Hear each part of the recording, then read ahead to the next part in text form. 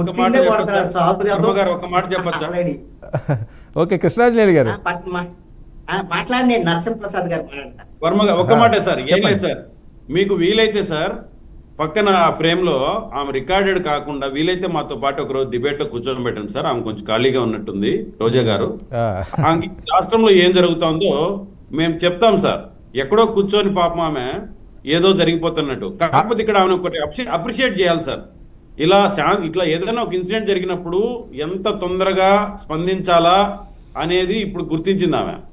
ఇంతకుముందు శివభారతి గారు అన్నట్టు గతంలో ఆమె మహిళల పట్ల మహిళగా ఉండి ఎన్నో అనుచితమైన వ్యాఖ్యలు చేసింది. ఓకే ఓకే మేడం చెప్పినట్టు మాట్లాడదాం. కృష్ణాంజనేయులు గారు మాట్లాడిన తర్వాత మీ టర్న్ వస్తుంది, మీరు చెప్తారు కానీ వీలైతే ఈసారి డిబేట్ లో ఆమెను కూర్చోబెట్టండి సార్. డైరెక్ట్ గా ఈ రాష్ట్ర ప్రజలు జవాబు ఆవిడ రీసెంట్ గా అఫీషియల్ స్పోక్స్ పర్సన్ కి అనౌన్స్ చేశారండి. వస్తారు, ఆవిడ వస్తారు. మీకు అవకాశం ఉంది ఇప్పుడు, తప్పకుండా అడిగితే రావాల్సిన బాధ్యత కూడా ఉంది. తప్పకుండా కూర్చోబెడదాం, మీ కోరిక నెరవేర్చే ప్రయత్నం అయితే చేద్దాం. చాలా అనుమానాలు ఉన్నాయి. ఆమె అక్కడ మాట్లాడుతా ఉందంటే కాదండి, ఆవిడ ఇది చేశారు అది చేశారు అరెస్టులు అంటున్నారు. ఆవిడ ధీమాగా ఉన్నారు, హ్యాపీగా వీడియోలు పెడుతున్నారు, ప్రశ్నిస్తున్నారు. గాంభీర్యాలు సార్, అవన్నీ మేకపోతు గాంభీర్యాలు. ఇప్పుడు నుంచి లైమ్ లైట్ లో ఉంటే ఏదో మమ్మల్ని అన్యాయంగా ఏదో చేశారని రేపు గోలు పెట్టచ్చు. అందుకని ఇప్పుడు ముందు రోజుకి ప్రిపేర్ అవుతాం. కృష్ణాంజనేయులు గారు, వర్మ గారు నమస్తే. నమస్తే కూడా నమస్కారం సార్. ఏంటి నందిగాం సురేష్ గారిని మళ్ళీ అరెస్ట్? ఇప్పుడు అది చెప్తూ ఇప్పుడు నరసింహప్రసాద్ గారు ఆయన ఉత్సాహపడుతున్నారు కదా రోజా గారితో డిబేట్ చేయడానికి. ఆవిడ రోజా మాజీ మంత్రి, అవును, మీ హోంమంత్రి కూడా వస్తా అన్నారు అనుకోండి డిబేట్ కి. అవును, ఆవిడ కూడా వస్తారు.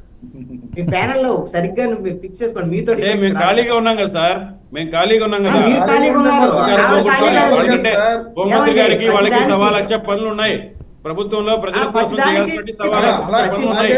ఆమె ఖాళీగా ఉంది, మేము ఖాళీగా ఉన్నాం కదా.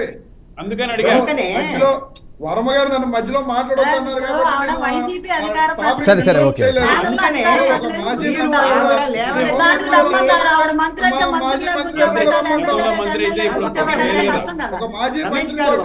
ఓకే రమేష్, ఒక నిమిషం అండి, ఆయన మాట్లాడేది మీరు మధ్యలో ఇంటరప్ట్ చేయొద్దన్నారు కాబట్టి. సరే సరే ఓకే, మీ టర్న్ వస్తుంది కదా. సరే కృష్ణాంజనేయులు గారు అడుగుతున్నారు కదా, ఆయన మాట్లాడినామండి. నేను అనేది నరసింహప్రసాద్ గారిని స్థాయి గురించి కాదండి. ఆవిడ లేవనెత్తినటువంటి ప్రశ్నలకి మీరు అధికార ప్రతినిధిగా కాదండి, పార్టీ అధికార ప్రతినిధిగా కాదు సమాధానాలు కావాల్సింది. ఈ రాష్ట్ర హోం మంత్రిగా వాడు చెప్పాలి సమాధానం. అప్పుడు ఆవిడ కూడా డిబేట్ అడగండి. అధికార ప్రతినిధి చెప్తాడు,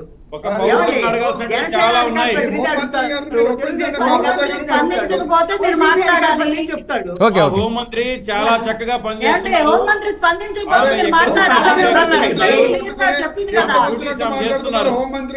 ఓకే సరే సరే సరే, ఇది టాపిక్ ఆయన మాట్లాడినివ్వండి.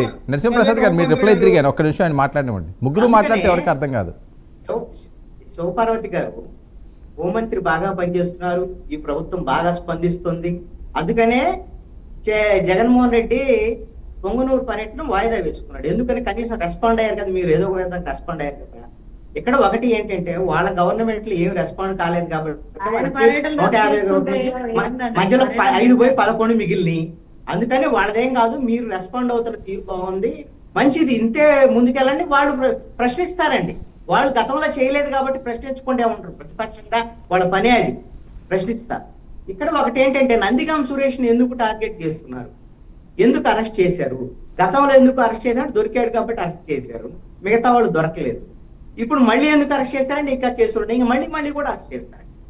నేనేమంటానంటే మిగతా వాళ్ళకి నందిగాం సురేష్కి ఉన్నటువంటి డిఫరెన్స్ విషయంలో నేను చెప్తాను. నందిగాం సురేష్ అనేటువంటి ఒక నా అభిప్రాయం కాదండి, ఇది నా అభిప్రాయం కానంటే ఎవరైనా అపార్థం చేసుకునేటవాడు, ఒక రౌడీ ఎంపీ లాగా ఆయన వైఎస్ఆర్ కాంగ్రెస్ పార్టీ అధికారంలో ఉన్నప్పుడు ఎవరైతే జగన్మోహన్ రెడ్డి అసైన్మెంట్లకి, సజ్జల రామకృష్ణారెడ్డి అసైన్మెంట్లకి, వీళ్ళందరికీ ఎవరితో తిట్టించాలి అనేటువంటి తిట్లు తిట్టే వాళ్ళు ఉన్నారు. అది గతంలో మనం చాలా మంది చర్చించుకున్నాం. మంత్రులుగా ఉండేటువంటి వాళ్ళందరినీ పవన్ కళ్యాణ్ తిట్టడానికి కొంతమంది మంత్రులు ఉన్నారు, చంద్రబాబు నాయుడు లోకేష్ తిట్టడానికి కొంతమంది మంత్రులు, ఇలాగ మంత్రులు. ఇతను నందిగాం సురేష్ పని ఏంటంటే రౌడీజం చేయడం. రౌడీజం చేయటము, ఏ తెలుగుదేశం ఆఫీస్ మీద దాడికి పంపించాలా? మనోడు ఉంటాడు కదా నందిగం సురేష్, వాళ్ళోళ్ళు ఉన్నారు కదా, ఎలాంటి దాడి చేస్తారండి. అదే విధంగా ఇప్పుడు ఆ చంద్రబాబు నాయుడు ఇంటి మీదకి పోవాలి, అప్పుడు ఆ జోగి రమేష్ వాళ్ళు దొరికారట. ఇలాంటి వాళ్ళందరినీ జగన్మోహన్ రెడ్డి ఈ విధంగా ఉపయోగించాడు. అప్పుడు ఆ విధంగా రౌడీ పనులు చేశారు కాబట్టి ఒక ఎంపీగా ఉండి ఆయన అసైన్మెంట్ అది ఆ ప్రభుత్వం.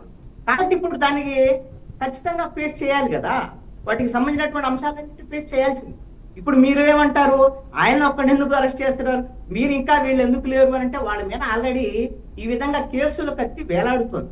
ఆల్రెడీ రోజాకి సంబంధించినటువంటి విషయంలో, ఆడుదాం ఆంధ్రాకి సంబంధించినటువంటి విషయంలో ఆల్రెడీ దాని మీద డీజీపీ ఏపీసీఐడి వాళ్ళకి సంబంధించినటువంటి దాని మీద ఫిర్యాదుల మీద 104 కోట్ల రూపాయల కుంభకోణానికి సంబంధించినటువంటి విషయంలో దాని మీద విజయవాడ పోలీస్ కమిషనర్ పంపటం, దానికి సంబంధించినటువంటి కేసులు వ్యవహారం ఏదంతా ఒక దానికి సంబంధించినటువంటి వివరాలు ఆధారాలు సేకరించిన తర్వాత ముందుకు వెళ్తాం. అయితే ఇక్కడ ఒక అంశాన్ని గమనించండి, ఈ ప్రభుత్వంలో ఏది తెలుగుదేశం జనసేన బీజేపీ ప్రభుత్వం వచ్చిన తర్వాత వీళ్ళు అనుకున్నది వేరు, జరుగుతున్నది వేరే. వీళ్ళు అనుకున్నది ఏంటి అని అంటే వాళ్ళ పార్టీ కానీ లేకపోతే వాళ్ళ పార్టీలో ఉన్న వాళ్ళు కానీ ఇంకేముంది, మనం గవర్నమెంట్ వచ్చిన తర్వాత మన నారా లోకేష్ చెప్పాడు, మన రెడ్ బుక్ ఉంది, రెడ్ బుక్ మొత్తం ఇంక తిరగేస్తాడు, ఎక్కడికక్కడ అరెస్టులు జరుగుతాయి, ఇప్పుడు కడ్డారి మీద నడిపించే వాళ్ళని కడ్డారి మీద, నిక్కర్ల మీద నడిపించే వాళ్ళని నిక్కర్ల మీద, ఇవన్నీ చేద్దామని అనుకున్నా. వాళ్ళ ఉత్సాహం కూడా అంతే ఉంది. వాస్తవంగా అయితే అలాంటి ప్రయత్నం మొదలు పెట్టారు. కానీ మీరు గమనించండి, జగన్మోహన్ రెడ్డి చాలా పక్కా ప్రణాళికతో బీజేపీతో తనకున్నటువంటి సంబంధాలను ఉపయోగించుకొని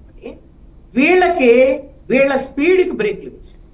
వీళ్ళు చెప్తున్నారు కానీ ఇప్పుడు ఏదో మాకు రెడ్ బుక్ ఉంది, రెడ్ బుక్ ఇంప్లిమెంట్ చేస్తున్నాను. ఈ మధ్యకాలంలో నారా లోకేష్ కూడా మాట్లాడటం వేరు, కానీ యాక్టివిటీ అనేది మీరు చూడండి. ఎప్పుడైతే జగన్మోహన్ రెడ్డి ఢిల్లీకి వెళ్ళి ఈ రాష్ట్రంలో రాష్ట్రపతి పాలన పెట్టాలి అని ఒక ఇష్యూ రైజ్ చేసిన తర్వాత వైఎస్ఆర్ కాంగ్రెస్ పార్టీ మీద దాడులు కానివ్వండి, వాళ్ళకి సంబంధించినటువంటి కేసుల వ్యవహారంలో కానివ్వండి, అరెస్టుల వ్యవహారంలో కానివ్వండి, ఈ ప్రభుత్వము వెనకడుగు అనివార్యంగా వెనకడుగు వేయాల్సి వచ్చింది. అంటే జగన్మోహన్ రెడ్డికి భయపడి కాదండి. జగన్మోహన్ రెడ్డి ఏదో ఢిల్లీ వెళ్ళాడు, ఆడికెళ్ళి వీళ్ళు రాష్ట్రపతి పాలన పెట్టండి, రాష్ట్రపతి పాలన పెడతారు అని భయపడి కాదండి. ఇక్కడ తెర వెనక జగన్మోహన్ రెడ్డి నడిపినటువంటి రాజకీయం అనేటువంటిది చాలా పక్కా ప్రణాళికతో బీజేపీతో పావులు కదిపారు. ఆ పావులు కదిపితే మీకు ఒక ఉదాహరణ చెప్తాను. ఒక ఉదాహరణ ఎగ్జాంపుల్, బీజేపీ జగన్మోహన్ రెడ్డికి హామీ ఇచ్చింది. ఏం హామీ ఇచ్చింది? ఈ ప్రభుత్వం మీ మీద అంత ముందుకెళ్ళదు అని నాకు తెలిసి ప్రభుత్వంలో ఉండేటువంటి వాళ్ళు కూడా కళ్ళే వేశారు. మీకు ఇంకా ఇతర విషయాలు ఏమైనా కావాలంటే తీసుకోండి, ఈ విషయంలో మీరు ముందుకెళ్ళొద్దు. అది ఏంటో మీకు చెప్తాను. ఫస్ట్ జగన్మోహన్ రెడ్డి మీద నమోదైనటువంటి కేసు అండి ఆంధ్రప్రదేశ్ లో.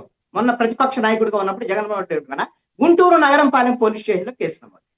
త్రిబుల్-ఆర్ కొట్టినటువంటి కేసు, కస్టోడియల్ టార్చర్ మీద. 2 IPS ఆఫీసర్లు ఉన్నారు, వాళ్ళిద్దరు కూడా రెడ్ బుక్ లో ఉన్నారు. వాళ్ళిద్దరూ టార్గెట్, జగన్మోహన్ రెడ్డి టార్గెట్. వీళ్ళందరూ టార్గెట్ అయినప్పుడు ఆ కేసు పెట్టినప్పుడు దీనికి పర్మిషన్ కావాలి. ఎవరు కావాలి? కేంద్ర హోంమంత్రి అమిత్ షా పర్మిషన్ కావాలి, ఢిల్లీ పెద్దల పర్మిషన్ కావాలి. వెళ్ళారు, అడిగారు. నాకున్నటువంటి ఖచ్చితమైన సమాచారం చెప్తున్నాను, మీరు అరెస్ట్ చేయడానికి వీలు లేదని చెప్పారండి. అరెస్ట్ జరగలేదు. అందుకని వాళ్ళకేం బెయిల్ వచ్చినాయి ఎప్పుడుకో వచ్చినాయి. మొన్న వచ్చింది సుప్రీంకోర్టులో విజయపాల్కి. అప్పుడు వరకు మీరు అసలు ముందస్తు బెయిల్కే ఒప్పుకోవాలి హైకోర్టు. కానీ ఎక్కడా కూడా అరెస్ట్. రఘురామకృష్ణరాజు ఉత్తరాల మీద ఉత్తరాలు రాస్తున్నాడు ముఖ్యమంత్రికి. ఏది అసలు వాళ్ళ IPS సునీల్ కుమార్ మీరు టార్గెట్ అన్నారు, అదన్నారు, ఇదన్నారు, అతను సస్పెండ్ అన్న చేయండి, కనీసం అతన్ని అరెస్ట్ చేయండి అని మీరు ఎందుకు చేయట్లేదని ఉత్తరాల మీద ఉత్తరాలు రాస్తాను చంద్రబాబు నాయుడు. కానీ ఎక్కడ అరెస్టులు లేవు, ఏమీ లేదు. ఎందుకు లేదా అంటే విషయం ఇదే.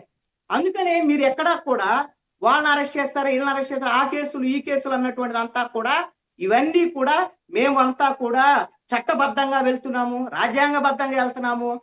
ఎవరైనా రాజ్యాంగబద్ధంగానే వెళ్ళాలి, రాజ్యాంగ వ్యతిరేకంగా రెడ్ బుక్ లో దాని ప్రకారంగా వెళ్ళటానికి లేదని మీకు కూడా తెలుసు. కానీ రెడ్ బుక్ లో ఉన్నాయన్ని లిస్టు తీసి ఇవన్నీ అరెస్టులు చేయాలంటే ఢిల్లీ వాళ్ళ నుంచి మీకు హైకమాండ్ నుంచి క్లియరెన్స్ కావాలి. ఆ క్లియరెన్స్ జగన్మోహన్ రెడ్డికి ఉంది. కాబట్టి ఈ ప్రభుత్వం వైపు నుంచి వీళ్ళు ఉన్నారు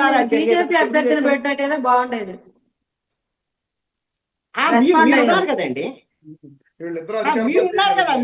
అసలు కాదండి,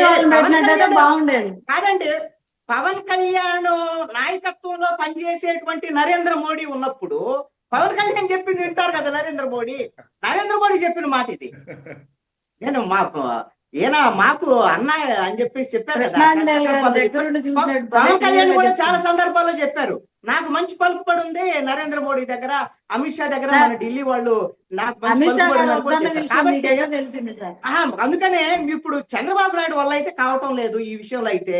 అందుకనే త్రిపులారు వీళ్ళ రఘురామకృష్ణరాజు లాంటి వాళ్ళు కొంత అసంతృప్తితో ఉన్నారు. ఆయన ఉత్తరాల వరకు పరిమితం అయ్యాడు, ఎప్పుడో ప్రెస్ మీట్లు పెడతాడు, సాకిలో మొదలు పెట్టొచ్చు చెప్పలేము. ఎందుకంటే జగన్మోహన్ రెడ్డి మీద కూడా ఇలా ఆయన మొదలు పెట్టాడు. ఆయన ఎక్కువ రోజులు ఆయన ఓపికగా ఉండలేడు. ఇప్పుడు జగన్మోహన్ రెడ్డి గారినే ఎలివేట్ చేస్తారు సార్. మీరు ఎప్పుడు ఎలక్షన్ ముందు ఆయన ఎలివేట్ చేసి, ఇప్పుడు ఆయన ఎలివేట్ చేసి, ఎప్పుడు ఎలివేట్ చేసిన ఏండి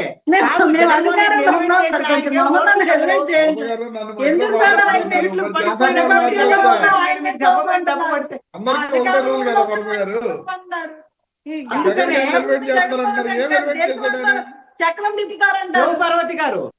శివపార్వతి గారు మీరు ఈ రోజు ఒక అంశాన్ని గమనించండి. మీకు 164 సీట్లు వచ్చినటువంటి కూటమి ప్రభుత్వాన్ని అలా గిరిగీసి కూర్చోబెట్టినటువంటి వాడు జగన్మోహన్ రెడ్డి. మీరు గిరిగీసి కూర్చోబెట్టాడు. ఎందుకు అంటే ఇప్పుడు ప్రాణము ఈ చిలకల ఉన్నట్టుగా చెట్టు అన్నట్టుగా కేంద్రం దగ్గర ఈ రోజున బీజేపీ నడిపిస్తున్నటువంటి అంశం, ఈ రోజున కూటమి ఆంధ్రప్రదేశ్ లో ఉండేటువంటి కూటమి ప్రభుత్వము, ఆంధ్రప్రదేశ్ లో ఉండేటువంటి తెలుగుదేశం నాయకత్వంలో నడిచేటువంటి కూటమి ప్రభుత్వము కేంద్రంలో ఉండేటువంటి బీజేపీ చెప్పినట్టు నడుచుకోవాలి. జగన్మోహన్ రెడ్డి గారు లోపలేయాలి, లేకపోతే వైసీపీ కార్యకర్తలందరూ లోపలేయాలి. అలా ప్రయత్నం చేశారు కదండి, ప్రయత్నం చేశారు అని చెప్తున్నా. చేయలేదా? మీరు చేయలేదా? ఇది జగన్ గారు